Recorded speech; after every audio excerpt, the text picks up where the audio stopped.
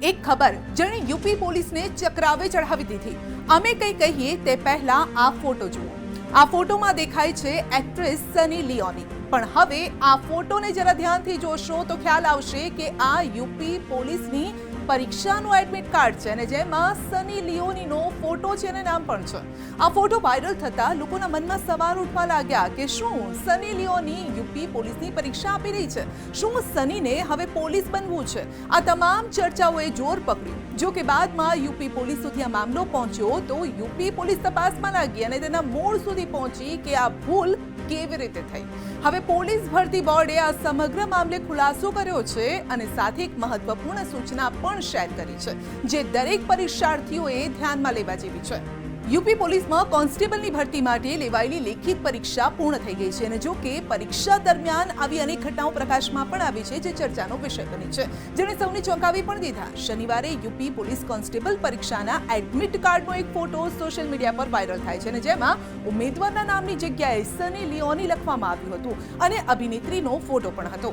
જો કે બાદમાં તપાસ કરતા ખ્યાલ આવ્યો કે ખરેખર જે ઉમેદવારનું એડમિટ કાર્ડ છે તેનું નામ તો ધર્મેન્દ્ર કુમાર છે અને તેના પિતા ખેડૂત છે।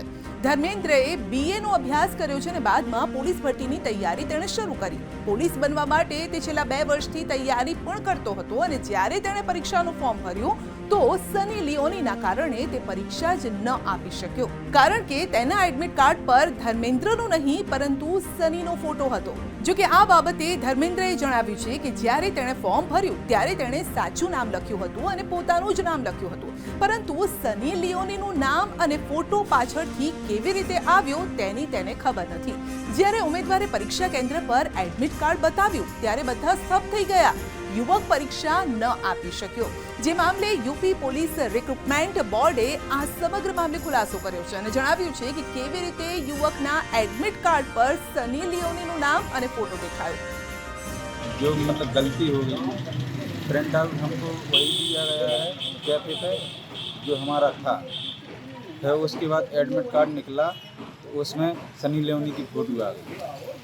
फ़ोटो आने के बाद हमको पेपर देने के लिए नहीं मिला। फिर हमको पुलिस चौकी बुलाया गया है।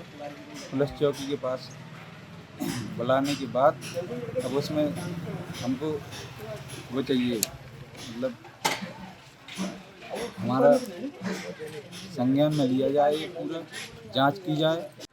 આ અંગે ઉત્તર પ્રદેશ પોલીસ ભરતી અને પ્રમોશન બોર્ડ એક નોટિસ જારી કરી અને જણાવ્યું છે કે ઉમેદવારોને તેમની અરજીઓમાં સુધારો કરવા માટે 17 થી 20 જાન્યુઆરી સુધીનો મોકો એટલે કે સમય આપવામાં આવ્યો હતો અને આ સમયગાળા દરમિયાન ઉમેદવારોને કડક સૂચના પણ આપવામાં આવી હતી કે તેઓ તેમના લોગિન આઈડી અને પાસવર્ડ કોઈને પણ શેર ન કરે, પરંતુ જે લોકોએ આ વાત ન સાંભળી અને આઈડી પાસવર્ડ કોઈ અન્ય સાથે શેર કર્યો તેમના એડમિટ કાર્ડની વિગતો સાથે છેડા કરવામાં આવ્યા છે અને આવો જ ધર્મેન્દ્રના કિસ્સામાં પણ થયું છે અને જેમની પ્રોફાઇલ કોઈ વ્યક્તિ દ્વારા એક્સેસ કરવામાં આવી હતી, જેણે કરેક્શન વિન્ડો દરમિયાન તેનું નામ અને ફોટો બદલી સની લિયોનીનો ફોટો અને નામ લખી દીધું છે।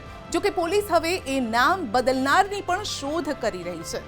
માટે આ કિસ્સા પરથી એક શીખ મળે છે કે કોઈ પણ પરીક્ષા આપતા ઉમેદવારોએ ક્યારે તેમનું આઈડી પાસવર્ડ કોઈની પણ સાથે શેર ન કરવો જોઈએ, નહીંતર તમારી સાથે પણ આવી ઘટના બની શકે છે।